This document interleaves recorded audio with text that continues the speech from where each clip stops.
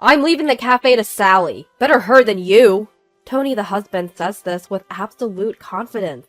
Sally, the daughter-in-law he's talking about, nods with joy. Who does he think he is? He knows nothing about this business. Tony seems delighted, almost as if he's the one running the show. Maybe because he's been playing the role of the cafe owner. I was foolish to have trusted Tony like this. I've got to cut the dead weight.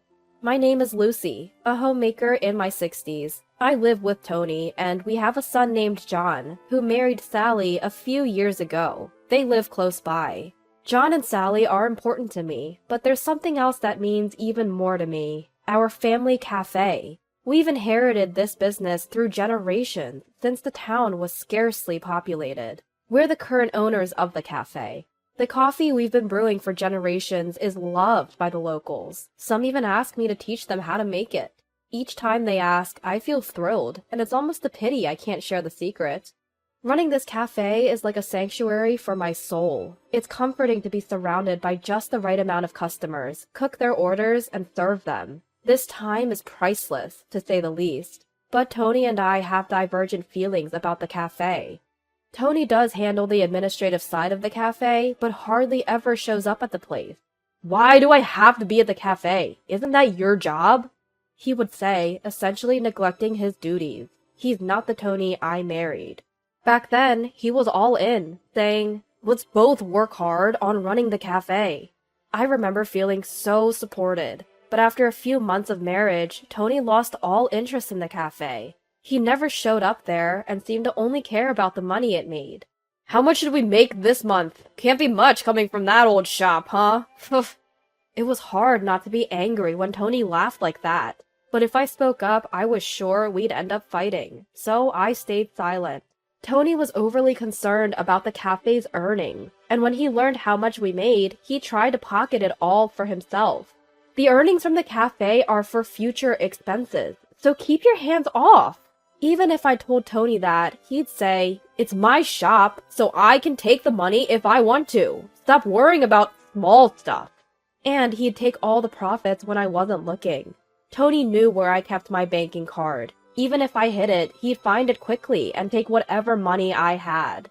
Thanks to this, I had no extra money left. Tony used all the cafe's profits as his play money and lived lavishly. We'll run this business together as husband and wife, he had said, but those words quickly turned into lies. It was unbearably painful. Please, I want us to manage our finances properly, I pleaded with Tony, but he never listened. Who do you think you are, getting all uppity? He'd scoff. My opinion was never heard, and I was forced to endure. Why, despite all my efforts, was I not rewarded? Why was I only met with suffering? No matter how much I thought about it, I couldn't find the answer. The only reason I hadn't given in to despair was because of the cafe. Going to the cafe and working helped me forget all my troubles. If I looked down, customers would notice right away and say, is something wrong? Want to talk about it? Though it was a relationship between the shop owner and customer, those words felt incredibly warm, and it was all I could do to hold back tears. I was resolved to protect this shop at all costs. I'll do whatever I can for this cafe. I swore this from the bottom of my heart, and that vow remains unchanged. To me, this cafe is the most important thing, and my only solace. Yet, relentlessly, the hardships kept coming. There was one more issue I had with Tony. It was how he treated Sally, my daughter-in-law. Sally, do you have enough money? We have some to spare, so don't hesitate to ask. Thank you, Tony. We're good. John is doing his best. Every month, our son and his wife come to visit us at home. John says it's because he worries about us being alone. From the moment John introduced us, Tony took a liking to Sally. He asked about more than just her career, her favorite type of person, hobbies, and how she likes to spend her holidays. I'm so happy someone as wonderful as Sally is marrying John. I hope we can be close, too. Tony was clearly smitten. The way he spoke gave it away. John noticed this and never intentionally let Sally get too close to Tony. Originally, the monthly visits were supposed to be just John. However, Sally insisted. Tony and his family are important to me too, so I want to be involved. As expected, now that Sally came along every month, Tony was overjoyed. Sally, is there anything you want? Our wedding anniversary is coming up, isn't it? Sally, do you have any free days this month? I found a great place, and I'd like to take you there. If someone as beautiful as Sally ran a cafe, customers would be thrilled. The way Tony pressed on made it impossible for Sally to feel comfortable. Really? That's so kind of you. Tony, you're such a nice guy. Sally wasn't helping. She could have simply said no, but instead led Tony on. Once Sally responded positively, Tony didn't hold back. He piled on the transparent compliments and escalated his approach to her. Both John and I felt uncomfortable with Tony's behavior. Above all, John was having a hard time. The woman he chose was getting too close to his father. To give John a breather, we'd sometimes go to a cafe and work together, ignoring Tony's actions. But Tony would nullify all our efforts with his actions. That day was also one when our son and his wife would visit. But Tony's demeanor was a bit different today. He frequently looked over at me, a serious expression on his face. "Just a moment, I need to talk to everyone here," Tony announced. His voice was so somber that we all sat down to listen. "I can't take it anymore." Tony began speaking as soon as he opened his mouth. "What can't you take?" John asked, and Tony let it all out. "Lucy's attitude is unbearable. She acts as if she owns the cafe, not letting me manage the profits. Even though I'm the one who owns the cafe, she looks at me as if I'm useless. It hurts me every time I see that. If Lucy doesn't change, I can't go on like this." I was shocked by Tony's words. Why did I have to hear something like that? Wasn't it Tony who walked out on the cafe we decided to run together? I held back my urge to confront him, seeing he still had more to say. Then Tony dropped a bombshell. "I'm giving my cafe to Sally. She's a better choice than you anyway." I blurted out, "What? Why would he make a decision about our joint cafe all on his own? Shouldn't he be consulting me first?" Meanwhile, Sally, who had been named as the new owner, looked thrilled. "I'm honored to take on this role from Tony. Please, come by sometime," she said cheerfully. Observing her composure, I got the full picture. This had been her agenda all along. To steal my precious cafe. That was her goal. Why hadn't I seen this coming sooner? If I had, maybe I could have taken steps to prevent this whole debacle. I was so shocked by their words, I found myself speechless. Why was I being pushed into such a tight corner? What had I done to deserve this? My heart was filled with a strong desire for revenge. I must make them regret this, I thought. And I didn't waste time. As I tried to speak up, saying, "Well, about that," Tony gave me a look as if to say, "Got a problem?" Unfazed, I presented the facts. The legal owner of the cafe is me. My grandfather started it. How exactly were you planning on handing it over? You have no legal ties to the cafe. At my words, Sally exclaimed, "What?"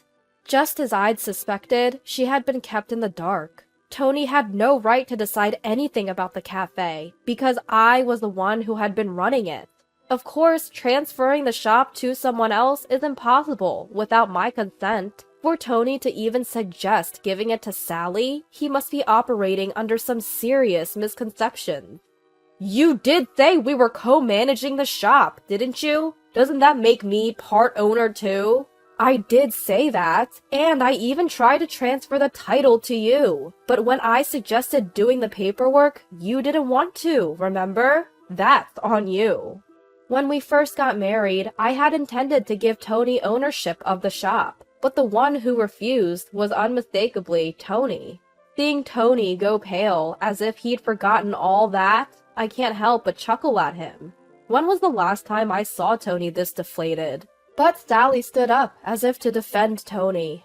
"Lucy, that's too harsh. Poor Tony." Saying that, Sally stepped in front of Tony as if shielding him. Watching her, Tony said, "Sally, in a voice that sounded relieved. Tony was thinking of me when he did this, so please stop blaming him. Sally defends Tony with all her might. John looks at her as if he's dumbfounded. Are we done here? I ask, and John nods. Taking that as a cue, I retrieved an envelope from the bedroom. What's that? Sally and Tony look at me suspiciously, wondering what's inside. This contains evidence that backs up your relationship. Saying that, I spread the contents all over the table. Several photographs spill out. All feature Sally and Tony, clearly indicating their intimate relationship. You two were more than just in-laws. You had a romantic relationship, didn't you? As I say that, showing the photos, Sally glares at me, her face filled with rage. How can you be so cruel? Do you enjoy hurting people? Sally vehemently accuses me, and Tony joins in. What are you saying Sally and I did? We were just good friends. What's wrong with that? Looking at the two protest so vehemently, both John and I let out a big sigh. I started suspecting Sally and Tony's relationship 2 months ago. When I consulted John about the uncomfortably close relationship between the two, he suggested, why not hire a private investigator? So I tapped into my network of friends and hired an investigator to track their activities. It appeared that 2 months was plenty of time to gather substantial evidence. They weren't very discreet. The days he said he was away on solo trips, he was actually on romantic getaways. The money taken from the cafe was being used to buy her gifts. I deeply regretted not starting the investigation sooner. I first showed the findings to John. Upon seeing them, John became furious, and his feelings for Sally cooled. We agreed to keep these findings a secret for now, until a moment so definitive came that divorce felt absolutely necessary. Well, that moment had arrived. Sally, my feelings for you have waned. Let's get a divorce. John relayed this to Sally. Her face, once filled with anger, immediately turned pale. No way. This is a joke, right? Divorce? Over just this? Cheating is a blatant betrayal. I can't continue this marriage. With those sharp words from John, Sally crumbled weakly onto the floor. Tony, watching all this, wore a worried expression. Sally, it's okay. I'm here for you, even if John has abandoned you. Tony desperately tried to console a devastated Sally. Ignoring Tony, Sally's face continued to pale. But the revenge wasn't over. I had no intention of letting them support each other. Just so you know, we're getting a divorce too. Upon hearing this, Tony blurted out, What? And stared at me. Tony actually depended on me. He couldn't afford to get divorced. He had already quit his job and was living on a pension. Had he saved money while he was working, things would have been different. But spendthrift Tony had no financial cushion. The only reason he'd been getting by was because of the cafe's earnings. Contrary to what he said about it being an old cafe, it's actually one of the most popular spots in town now, bringing in good money. If we divorce, he would lose that income. In short, Tony's life would plunge further into hardship. Please, don't divorce me! I won't be able to cope! You planned on supporting Sally, right? I can't keep up with a Tony who cheats. My patience isn't endless. I had no obligation to show mercy to Tony, who was getting increasingly desperate. For years, Tony had continually betrayed me. I owed him no favors. That day, I was finally able to let go of the heavy burden named Tony. Though he resisted a lot, the divorce went through. At the same time, my son and his wife were also able to finalize their divorce. Both John and I sued Tony and Sally for alimony, and rightfully so. They'd been cheating. However, both of them resisted paying, claiming they couldn't afford the alimony. Well, that resistance turned out to be futile.